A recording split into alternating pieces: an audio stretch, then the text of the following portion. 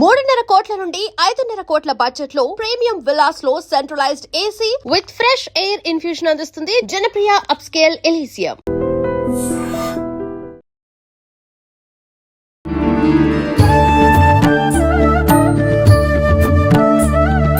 నమస్కారం, welcome to I dream.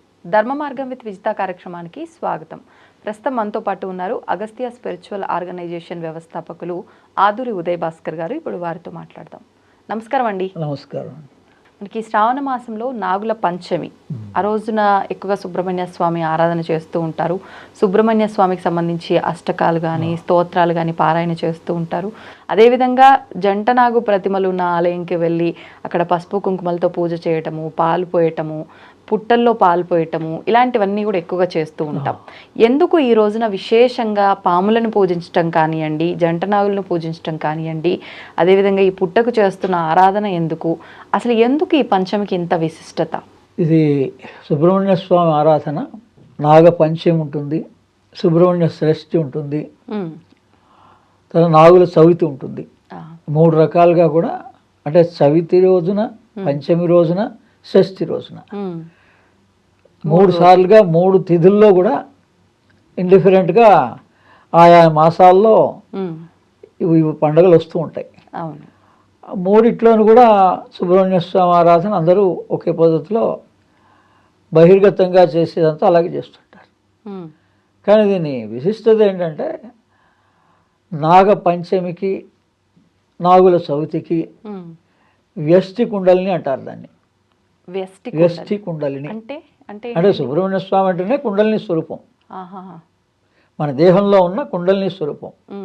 2 పాములుగా ఎందుకు చూపిస్తారంటే, మూలాధారంలో ఉన్న కుండలిని ఒకటి, సహస్రారంలో ఉన్న కుండలిని ఒకటి. ఈ రెండింటిని కలపడమే యోగం. అందుకని అది చిహ్నంగా మనకి రెండు పాములుగా చూపిస్తారు. ఇది వెస్ట్ కుండలిని అంటే మన దేహానికి సంబంధించింది. కుండలిని శక్తి విశ్వకుండలిని అంటుంది. విశ్వవ్యాప్తంగా కూడా ఈ విశ్వమంతా కూడా ఒక శక్తి నడిపిస్తుంది. దాన్ని విశ్వకుండలిని అంటారు. దానికి సుబ్రహ్మణ్య షష్ఠి ప్రధానమైంది. ఇది మన వరకు, మన యోగానికి, మనం ఆరంభం చేయడానికి యోగానికి ఏ రోజు ప్రాధాన్యత అంటే ఈ నాగపంచమి. అందుకని ఇవి మూడు స్థాయిలు అన్నమాట మనకి యోగంలో. ఇది ఆరంభం శ్రావణ మాసంలో. దాని మొట్టమొదటి మనం మంత్రం చదివితే దాని వివరం అంతా దాని ప్రకారంగా తెలుసుకోవచ్చు. అసలు మంత్రాన్ని చాలా మెల్లగా చెప్తాను, దాన్ని ఉచ్చారణ చేయండి. ఓం శం శక్తిధరాయ శరవణ భవాయ షణ్ముఖాయ సుబ్రహ్మణ్యాయ సురాధ్యక్షాయ సుగతిదాయకాయ హ్రీం ఈం ఈం ఈం. మరోసారి చెప్తా. ఓం శం శక్తిధరాయ శరవణ భవాయ షణ్ముఖాయ సుబ్రహ్మణ్యాయ సురాధ్యక్షాయ సుగతిదాయకాయ హ్రీం ఈం ఈం ఈం. ఇంత పెద్ద మంత్రం అంటే షణ్ముఖ సుబ్రహ్మణ్యుడు కాబట్టి 6 మంత్రాలు ఉంటాయి ఇందులో. 6 కలిపే అంటే 6 కలిపి చదవచ్చు. ఒక్కొక్క మంత్రానికి కూడా అంత శక్తి ఉంటుంది. అంటే సామాన్యంగా సుబ్రహ్మణ్య స్వామి మంత్రం అంటే శరవణ భవ అని ఇస్తారు, దానికి కూడా అంత శక్తి ఉంటుంది. అందుకని దీనికి ఈ వివరణ ఏంటంటే, ఓంకార స్వరూపుడు గణపతి,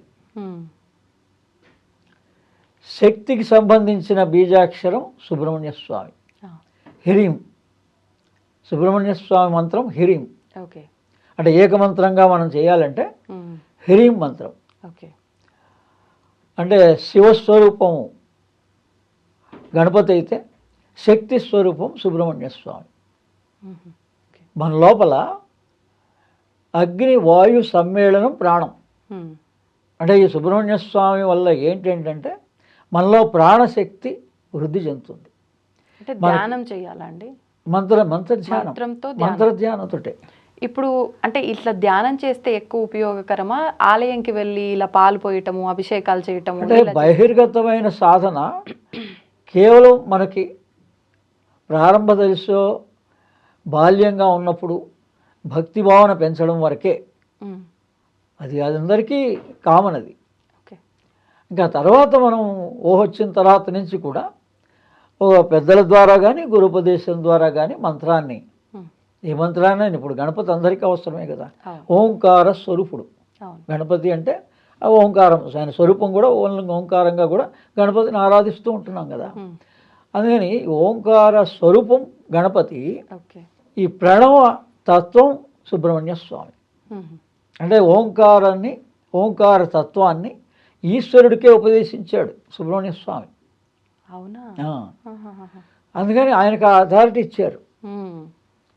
ఓంకార తత్వం ఓకే. అంటే భగవంతుడు అన్న భగవతత్వం గొప్పది. ఉమ్. అంటే మనం అక్కడ ఆరంభంలో విగ్రహారాధనతో ఆరంభమైతే దాని జ్ఞానాన్ని పొందడమే తత్వం. ఉమ్. ఏ దేవత అయినా కానీ ఓకే. తత్వం దగ్గరికి వచ్చేవాడికల్లా ఇంకా నామరూపాలు ఏమీ అవసరం ఉండదు. ఉమ్. మీరు ఎక్కడన్నా ఆరంభం చేయండి, ఇష్టదేవత, ఓకే. ఆ దేవత యొక్క తత్వం మనలోనే ఉంటుంది. ఉహు. అంటే మనం అలా భావన మన మన మన దేహంలోనే ప్రతీది. బయట ఏమున్నాయో అండాండేస పిండాండే అంటే మా బయట బ్రహ్మాండంలో ఏముందో మనం చూస్తున్నవన్నీ అవన్నీ మన దేహంలోనే ఉన్నాయి. అంటే దీనివల్ల ఏంటంటే ఎప్పుడైనా మనకి ప్రారంధం సరిగ్గా లేనప్పుడు, కుజదోషం ఉన్నప్పుడు సుబ్రహ్మణ్య స్వామి మంత్ర సాధన వల్ల ఏంటండి ప్రయోజనం అంటే, కుజదోషాలు ఉన్నవాళ్ళు, పెళ్ళి కాని వాళ్ళు, దాంపత్య జీవితం సక్రమంగా లేని వాళ్ళు, బ్రెయిన్కి సంబంధించినటువంటి ప్రాబ్లమ్స్ ఉన్నవాళ్ళు, నర్వస్ సిస్టమ్కి సంబంధించిన ప్రాబ్లమ్స్ ఉన్నవాళ్ళు, బ్లడ్ సర్క్యులేషన్స్కి సంబంధించింది ఉన్నవాళ్ళు, ఈ మూడు కూడా ఈ సుబ్రహ్మణ్య స్వామి మంత్ర సాధన వల్ల మన లోపల ప్రాణశక్తి, కుండలిని శక్తి జాగృతం అవుతుంది. మనకి తెలియకుండానే రెక్టిఫై అవుతుంది. అంటే మన దేహంలోనే ఈ నవగ్రహాలు కూడా మన దేహంలో ఉన్నాయి. సూర్యుడు ఆదివారం నుంచి, సూర్యుడు మన హృదయంలో ఆదిత్య హృదయం, చంద్రుడు స్వాధిష్టాన చక్రం, అలాగే చంద్రుడు స్వాధిష్టాన చక్రం సోమవారం, మంగళవారం కుజుడు శిరోభాగం, బుధవారం బుధుడు నాభి, గురువారం ఆజ్ఞాచక్రం గురుస్థానం, శుక్రవారం కంఠస్థానం శుక్రగ్రహం, శనివారం మూలాధారం. ఇప్పుడు మనలోనే ఉన్నాయి కదా. మనం రోజులు తెలుసుకుంటున్నాం.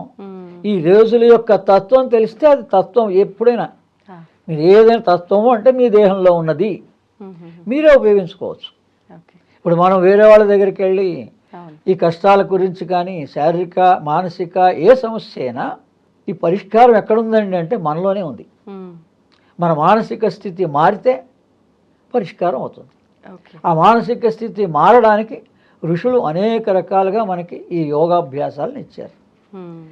అందుకని ఈ మన లోపల ఈ యోగం అంతా కూడా మనస్సు ఆత్మలో కలిసే వరకు యోగం, మనస్సు ఆత్మలో కలిసే వరకు యోగం.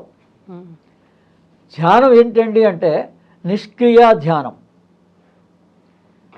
ధ్యానంలో క్రియ లేదు. యోగం పూర్తయిపోతేనే ధ్యానం వస్తుంది.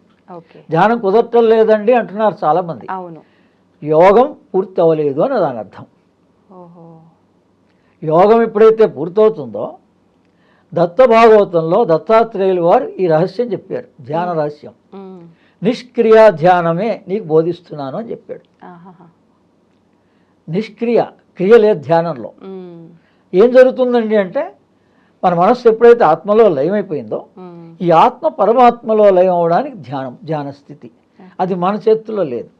అదే భగవద్ అనుగ్రహం, ఈశ్వర అనుగ్రహం, గురు అనుగ్రహం, ఇలా పేర్లు మనం పెట్టాం.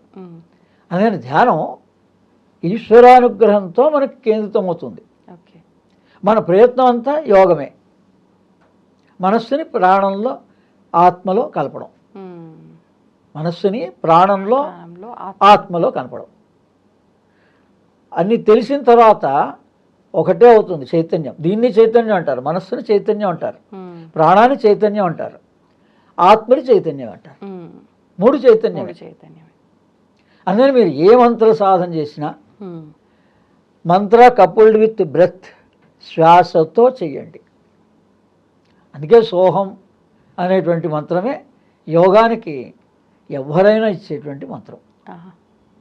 దానివల్ల ఏమవుతుంది, సో అనేటువంటి మనస్సు ద్వారా సో అని పలుకుతూ శ్వాసను తీసుకుంటాం, హమ్ అని శబ్దంతో బయటకు ఉచ్చారణ చేస్తాం.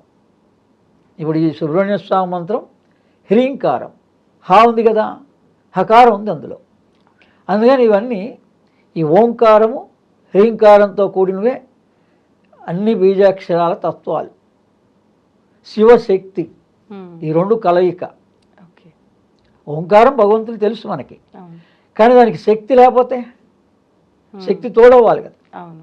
అది హృదయంలో ఉన్న హ్రీంకారం, హకారం అనుకోండి, హ్రీంకారం అనుకోండి, ఇవి. అందుకని ఈ బీజాక్షరాల్లో ఆ శక్తి ఉంటుంది. అందుకని ఈ మంత్రాన్ని మొదట మనం ఏమన్నాం, ఓం శం శక్తిధరాయ శరవణ భవాయ షణ్ముఖాయ సుబ్రహ్మణ్యాయ సురాధ్యక్షాయ సుగతిదాయకాయ హ్రీం ఈం ఈం ఈం ఓంతో ఆరంభం చేశాం. అవును. మీరు ఈ 6 మంత్రాల్లో ఏ ఒక్క మంత్రాన్నన్నా ఉచ్చరించవచ్చు.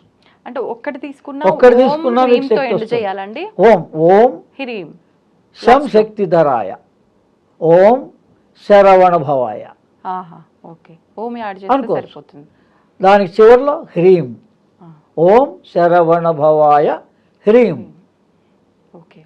ఈ తత్వం తెలుసుకోవాలి. అంటే దీని విశేష అర్థం ఏంటో తెలుసుకుంటే మనకి భయ సందేహాలు ఉండవు. ఏమంటే ఈ మంత్రాన్ని నేను పూర్తిగా ఉచ్చరించగలిగానా లేదా, అంత భగవంతుడు లోపలే చూసుకుంటారు. అందుకని ఓంకారం అంటే గణపతి అనుకోవాలి, హ్రీంకారం అంటే సుబ్రహ్మణ్య స్వామి. ఓకే. అందుకని అమ్మవారిని కనుక మనం ప్రార్థన చేస్తుంటే ఈ ఇద్దరి యొక్క అనుగ్రహం కలుగుతుంది మనకి. ఓకే. ఈ విధంగా సుబ్రహ్మణ్య స్వామి ఆరాధనని మీరు యోగ ధ్యాన పద్ధతిలో కనుక చేసుకుంటే బహిర్గతంగా మీకు ఎంతవరకు వీలుంటే అంతవరకు చేసుకోవచ్చు, తప్పులేదు. దాన్ని తక్కువ సమయంలో ముగించి ఈ మంత్ర ధ్యానాన్ని మానసికంగా 24 గంటలు చేసుకోవచ్చు. ఓకే. మీరే ఒక నియమం పెట్టుకొని మేము ఇంత మంత్రం చేస్తాం అనుకుంటే మీకు ఏ రకమైన కష్టమైనా, ఏ రకమైన ప్రార్థమైనా, ఏ దోషమైనా సుబ్రహ్మణ్య స్వామి మంత్రం వల్ల మనకి ఉపయోగం కలుగుతుంది. ధన్యవాదాలండి. And for more videos, Please subscribe to iDream. Please subscribe to iDream. Please subscribe iDream. And please subscribe to iDream. For more videos, subscribe to iDream. please like, share and subscribe to the channel. Congratulations, iDream. Subscribe to iDream. Subscribe to iDream. So subscribe to iDream Media. iDream ki iDream team andarki huge congratulations. Please subscribe iDream Media. Please subscribe to iDream. Subscribe iDream. Please subscribe to iDream. iDream అంటే నా కళల ఛానల్ను subscribe చేసుకున్న నోరు తిరుగుతలేదు, మీరైతే గంట గుర్తు కొట్టండి. For more such videos, please subscribe to iDream. Subscribe to iDream. Please subscribe to iDream. Please subscribe iDream Media. Please do subscribe to iDream. Please subscribe to iDream Media. For best entertainment and information, please subscribe iDream. And don't forget to subscribe to iDream.